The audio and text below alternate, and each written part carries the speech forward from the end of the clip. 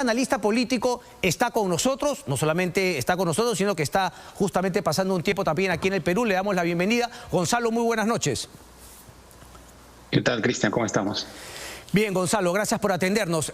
Gonzalo, lo primero, digamos, ¿qué podría o cuál crees tú que es la causa? Que cuando más arrecian las denuncias, hay una denuncia presentada ante el Congreso de la República por la fiscal de la Nación, la aprobación del presidente empieza a subir, caso igual, la desaprobación empieza a caer.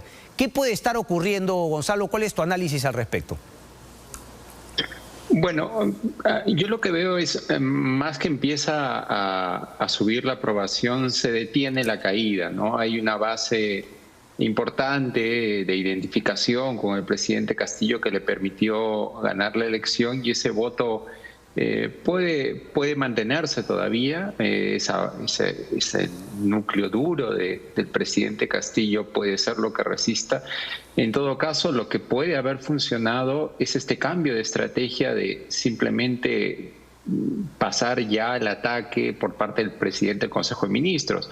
O sea, Aníbal Torres ha tenido un cambio de estrategia política visible en la conducción, incluso en el relacionamiento con los medios de comunicación, si te has dado cuenta. Sí. Desde hace como 2 meses ha habido una estrategia mucho más beligerante, que creo yo le está rindiendo bastantes frutos, ¿no? Esta especie de coordinación, de enfrentar, de darle rostros a esa oposición al gobierno, ¿no? De ponerle un nombre de enemigo a los medios de comunicación, de enemigo a algunos políticos al que él califica como golpistas, de aquellos que nunca aceptaron la victoria del presidente Castillo. Y creo que ese cambio en la construcción de la estrategia política del presidente Castillo le está rindiendo hoy al gobierno algún tipo de beneficios, ¿no?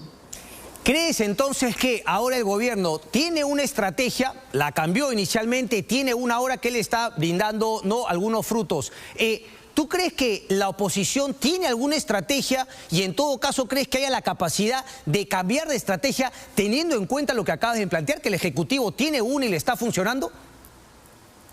Lo que pasa es que, a ver, la oposición ha tenido muchas estrategias que han sido muy dispersas a lo largo de estos meses, pero que en los últimos días ha venido como reflejando una especie de estertor, ¿no?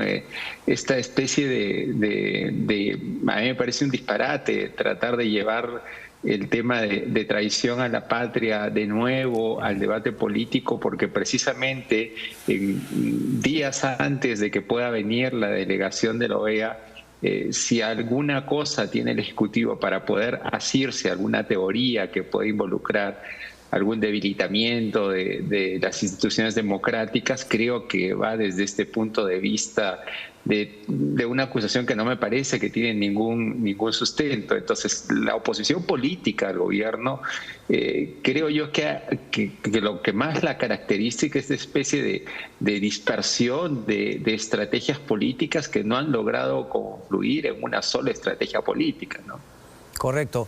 ¿Qué crees que viene ahora? Te quería preguntar claro, me has hablado del tema de traición a la patria, el informe que ha sido aprobado inicialmente en la Subcomisión de Acusaciones Constitucionales, pero uno podría pensar también que, claro, el primer golpe de esta semana fue la presentación de la cuestión de confianza y el Congreso de la República le da el vuelto justamente con esta votación que por un voto finalmente logra aprobar, pero pareciera que se va a caer quizá en la comisión permanente o en el pleno del Congreso. No se va a alcanzar la mayoría calificada para la infracción constitucional. Parecería que no va a ser así, si no se tienen los 87 votos para una vacancia. Entonces, ¿qué crees que va a pasar de esta cuestión de confianza que no se le ha aceptado el Congreso, el tema del informe por traición a la patria? ¿Te parece que hay una voluntad del Congreso real de lograr algo o, como decía Mónica Delta, es jugar a un empate y querer mostrar que hay una lucha, pero en verdad no la hay? Lo que pasa es que si es que la acusación por traición a la patria fuera verosímil, y hay, digamos, un fundamento jurídico que puede viabilizarla y pueda hacerla real, tangible, hablamos de una materia que realmente va a poder considerar algún tipo de desenlace a favor de lo que quisiera la oposición política.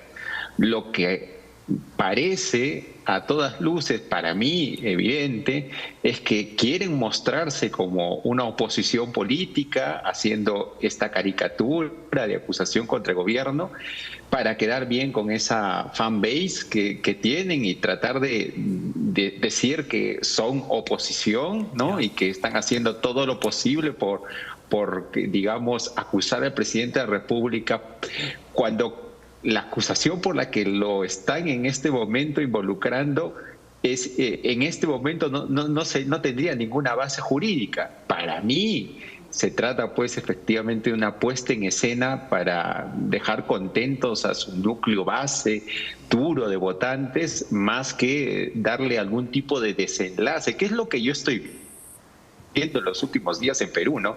Parece ridículo todo, que algunos estamos preocupados por encontrar algún tipo de salida, cuando los actores políticos lo que parecen estar más involucrados es por perpetuar la crisis para que ellos estén tranquilos dentro de lo que les corresponde, ¿no?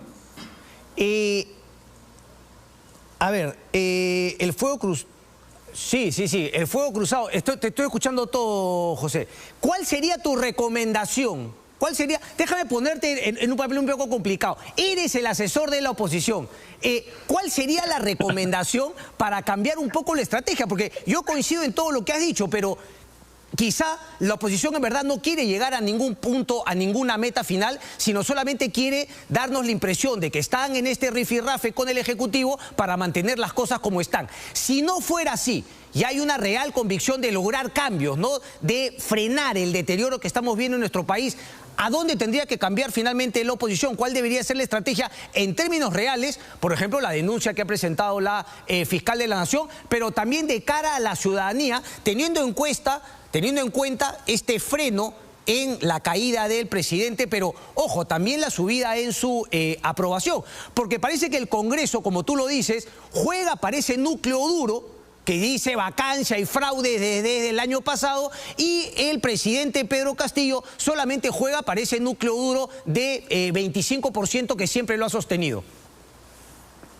A ver, no creo que me llamarían como asesor, pero haciendo un ejercicio imaginario, lo que pasa es que el argumento que han repetido muchos líderes de la oposición es que ellos no tienen por qué asumir las consecuencias de los errores del gobierno de Pedro Castillo, por lo tanto, ellos no tendrían por qué irse. Entonces, si parten desde ese punto de partida, si ese es su diagnóstico de la realidad política, que el único problema aquí es el presidente Castillo, y no están viendo lo que tú acabas de presentar en la encuesta de Ipsos, estamos partiendo mal. Acá hay un problema mucho más agudo que nace en la representación política nacional, y que si ellos quisieran, tuvieran el ánimo de solucionarlo, podrían adelantar elecciones, podrían presentar un paquete mínimo de reformas políticas mínimas para ahorrarnos a todos pues esta crisis. Pero yo sospecho que ese paquete mínimo de reformas políticas,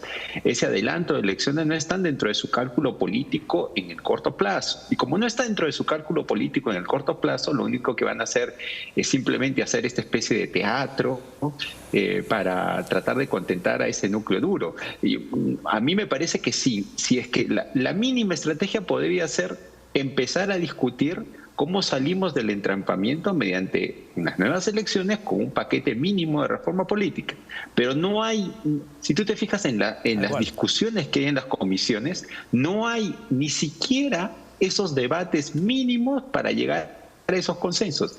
Y si no lo hay es porque ellos mismos no perciben el sentido de urgencia de la situación política, ¿no? Correcto. O sea, digamos, el consejo inicial sería demuestren un poquito de desprendimiento respecto de que su principal meta es quedarse también.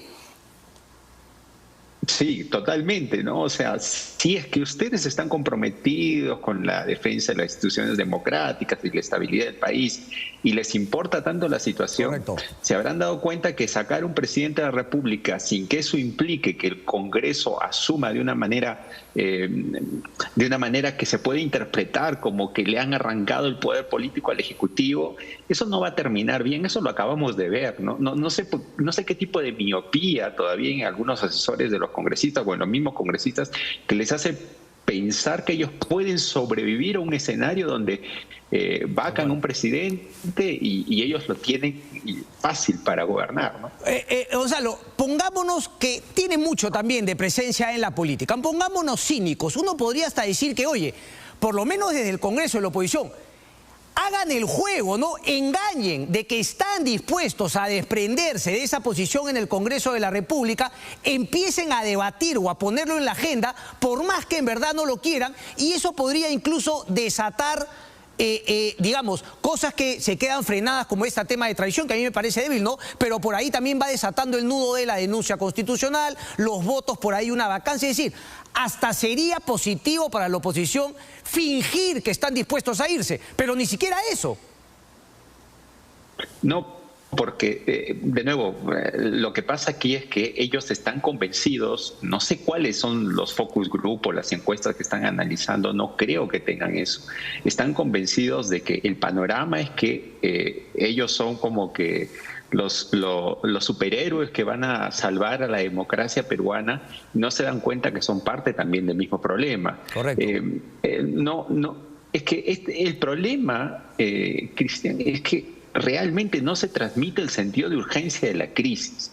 Cuando en el 2001, ¿sí?, hubo una crisis con los videos y todo esto, lo que sucedió posteriormente fue que todo el Congreso estuvo de acuerdo en acelerar las cosas. Y eso te transmite un sentido de urgencia que en este momento, por más de que aparezcan las denuncias de corrupción, por más de que aparezcan los testigos, por más de que aparezcan los colaboradores eficaces, no se transmite. La sociedad no está movilizada por el sentido de urgencia porque el mismo Congreso de la República no le transmite eso. Correcto. El Congreso de la República le transmite que tiene otras urgencias, que van por otras leyes, que van por reconocimientos, que van por otro tipo de prebendas e incluso de colocaciones, ¿no?, dentro de su presupuesto. O sea, estamos en una agenda que no es una agenda de un país en emergencia, ¿no? Es una agenda de un país que está, digamos, con una enfermedad crónica, pero que encontró un tratamiento para estabilizarlo, pero no estamos de ninguna manera en una situación de peligro vital, ¿no? Gonzalo, un placer como siempre. Muchísimas gracias. Un gusto. Gracias. Vamos a preguntarle justamente